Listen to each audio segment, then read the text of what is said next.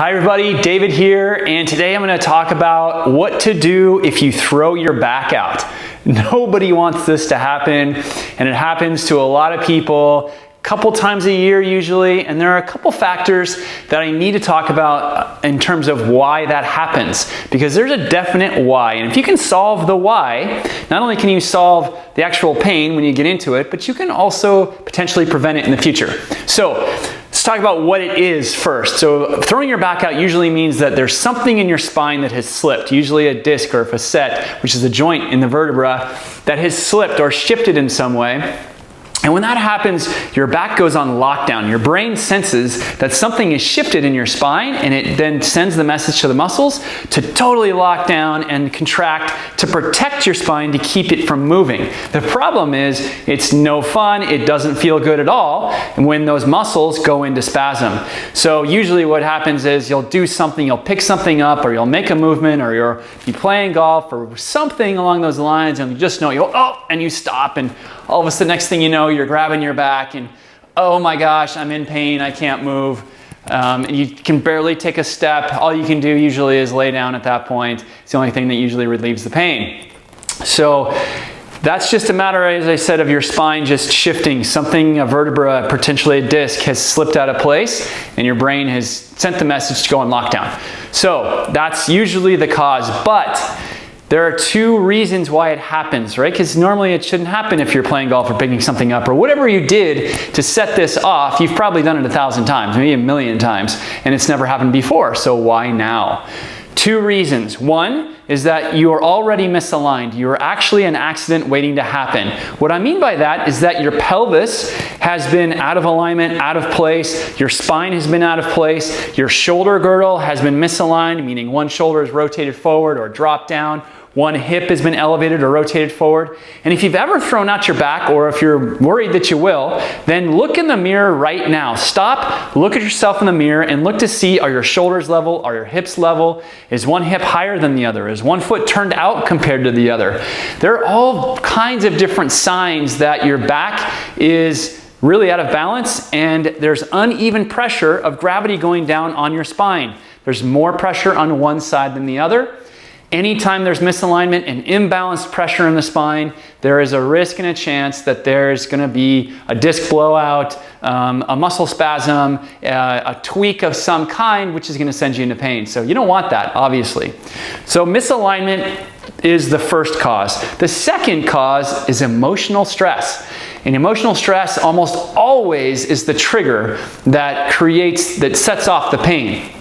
So if you're already misaligned and then you're imbalanced, and then you add emotional stress to it, fight with a partner, bad day at work, moving, holidays are a big one. Holidays are a major stress factor for a lot of people. Family coming in, friends coming in, gotta cook, gotta clean, gotta get ready. All the stress involved in all of that can usually be a tremendous catalyst to create stress, which then can create more postural stress. So you've got postural stress, emotional stress, the two combined to create catastrophe, which is what happens when you throw out your back.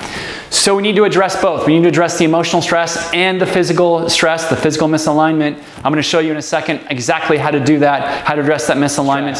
So what you're going to need for this is you're going to need just a chair or a couch or an ottoman, something that puts you at 90 degrees. And then you're going to need a pillow from your bed or from your couch. I just have something like this, which is just a regular pillow. It's made of foam, but a yoga block will work, or like I said, fold a pillow in half from your bed to your couch. That'll work too. You're just gonna need those two things and then some floor space, and we're off and running. Okay, so here we go. First exercise you're going to do if you throw your back out is you're going to get off your back. You need to unload your spine here. You need to take the pressure off. So we are going to start on your back with your legs up, knees bent 90 degrees. And it's gonna look like this. So I'm gonna lie back on the ground. You're gonna scoot your hips up to a couch or an ottoman or a chair. As you can see, I'm at relatively 90 degrees right now. You're gonna lie back, you're gonna get your palms up out to your sides, just below your shoulders, and you're going to breathe. You're just going to breathe, and you're going to let your back and your body settle. And as you're breathing, you're going to inhale, let your stomach rise. Exhale, you're going to let it all fall. Stomach is going to rise. And exhale, let it fall. You just want to breathe, and this is doing two things. The breathing is helping your back muscles relax. It's also helping you get into your parasympathetic nervous system, which is the opposite of fight or flight. So you're decreasing your emotional stress just by focusing on your breath.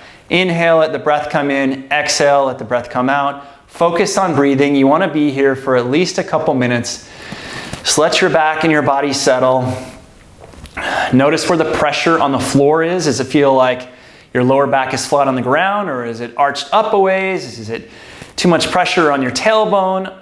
It should be even in terms of the pressure and stress on your back. From upper back all the way to the base of your spine, you should have even pressure on the floor. Don't try and put it there if it's not. It will settle just by breathing. So just keep breathing. And you want to let your knees just kind of relax up here. You're not holding any tension anywhere. You're just focusing on your breath, letting your back settle. We're using the ground as a reference for straight to balance out the muscles in your spine, right to left, top to bottom. We're also letting gravity do all the work here as we've unloaded our spine. Okay, after a couple minutes of that, you're going to take a pillow. You're going to put it between your knees. That yoga block or a pillow from your couch or from your bed, it's going to put it right between your knees.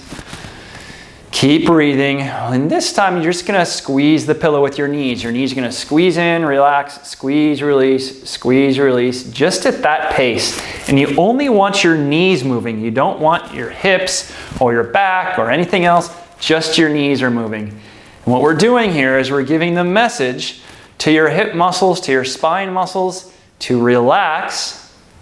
And we're asking them to balance out. We're balancing out your hip muscles here at the same time. Squeeze, release, just pulsing on the pillow.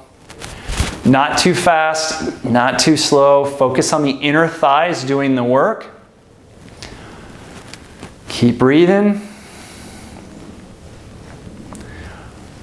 You're going to do about 60 of these.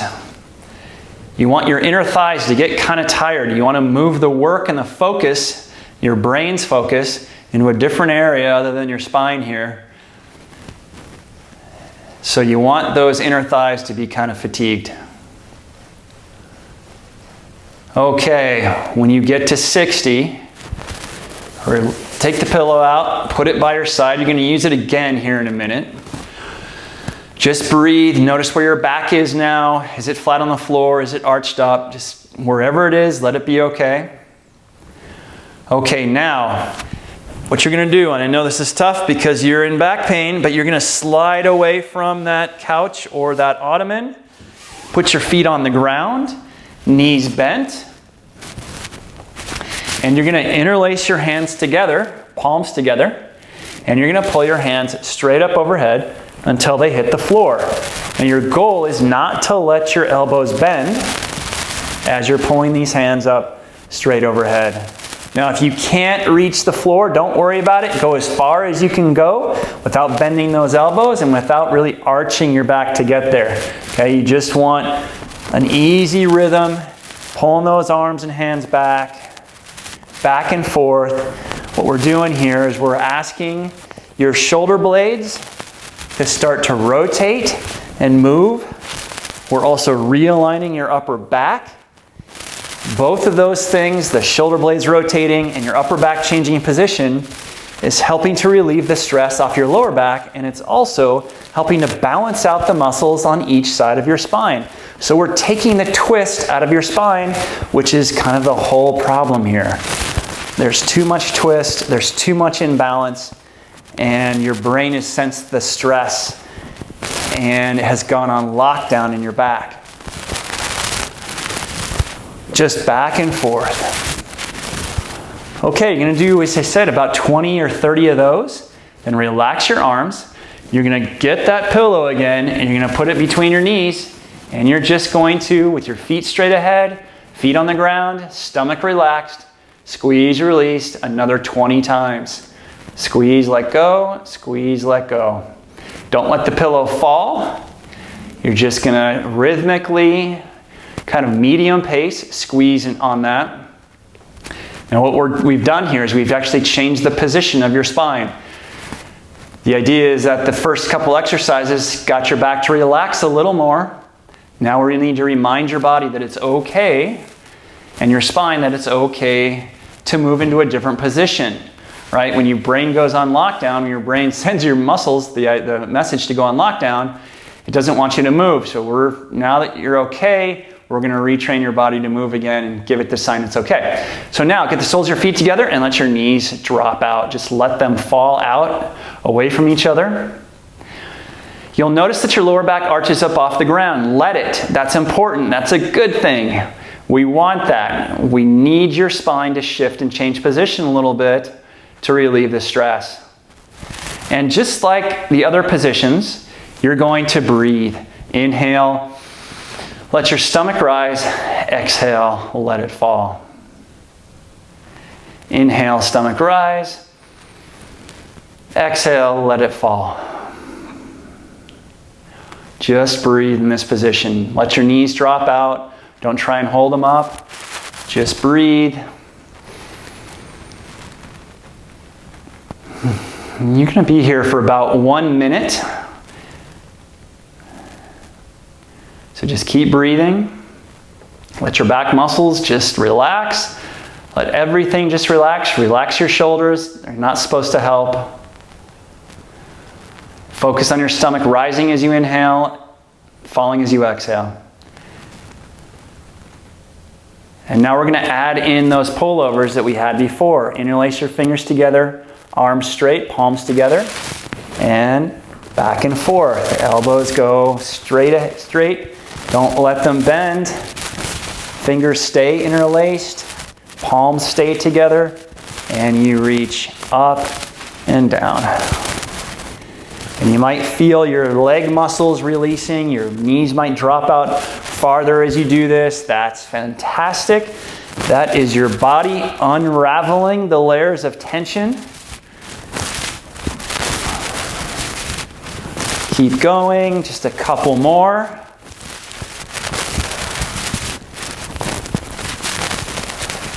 And relax your arms out to your sides. Bring your knees back in. And just sense how you're feeling. Sense how your back is doing, how your body's feeling. Hopefully you're feeling better. And as you're feeling better, take your time. Best thing is to roll on your side. Gently prop yourself up with your arm.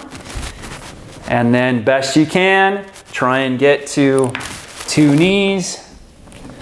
Then you come up. If you need help, you use a chair in front of you to help you get up. So you would use a chair or a couch or anything if you need to, and then you step with 1 foot and come on up. So that's the best way to come up if you're in a lot of pain. Roll to your side, try and get to your hands and knees, then come off your hands, 1 knee, 1 foot goes forward, hands on a chair, and you stand up. Okay? So, first of all, you just want to sense how you're doing. How are you feeling after that? If you are 5% better, 10% better, 20, 50% better, what I suggest you do is repeat this sequence again, right? On your back, legs up for about 2 to 3 minutes. Grab the pillow, squeeze and release for about 30 times. Then you do the pullovers, fingers, palms interlaced, up and down. Then feet on the ground, knees bent. Squeeze that pillow again.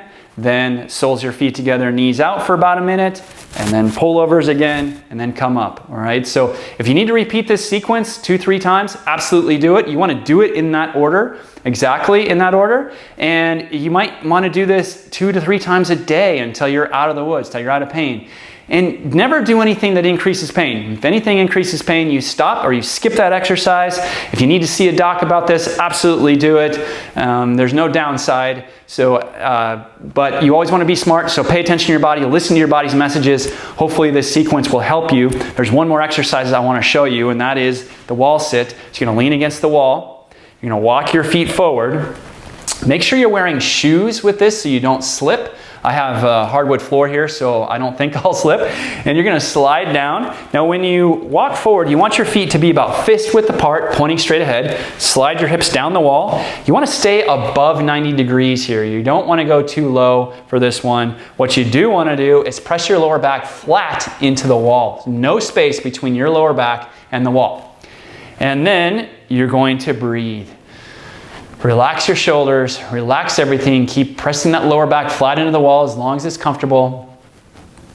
You're gonna feel the work in your thighs here. They're gonna start to talk to you a little bit. And you're gonna spend about a minute here, no more. Even 30 seconds is plenty. So 30 seconds to a minute. And when you're done, what you do is you take your time, put your hands on the wall, kind of push yourself up or use your legs to push up, and then shake it out a little bit, see how you're feeling, take a walk around for a second if you want to, test your back, see how you're doing. Hopefully you're much better. I've worked with thousands of people who have thrown out their backs and with back pain. So this is a sequence that I know can work. If it doesn't work for you, that's okay, don't fret. There are other sequences. I've got another sequence for back pain as well. And I've got multiple sequences for sciatic pain and one coming on stenosis and so on. So if for some reason this didn't work for you, check out some of my other videos on some of the more specific things like sciatic pain, stenosis, and so on. Otherwise, if you like this video, if it helped you, if you feel like you did well, the exercises were a bonus and this was helpful in any way, please hit like and please subscribe to my channel so more people can find the help they need. Thanks for listening today and take care.